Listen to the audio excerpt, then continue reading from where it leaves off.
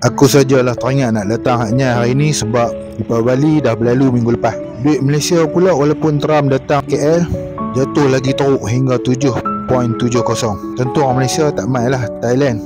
Aku pun cuba-cubalah bawa anak bini aku nak makan dekat Klong Hair Steamboat. Sangkaan aku Malaysia. Orang Malaysia kat situ macam baru dapat STR dia punya komun.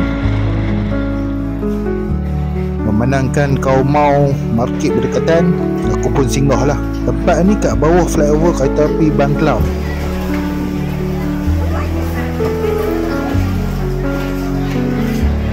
Kiranya pasar basah ni popular lah kat Anyai tu. Hampir 70% Muslim berniaga di sini. Selain seafood basah atau yang dah masak, daging, ayam, pastry, buah-buahan, semua dah.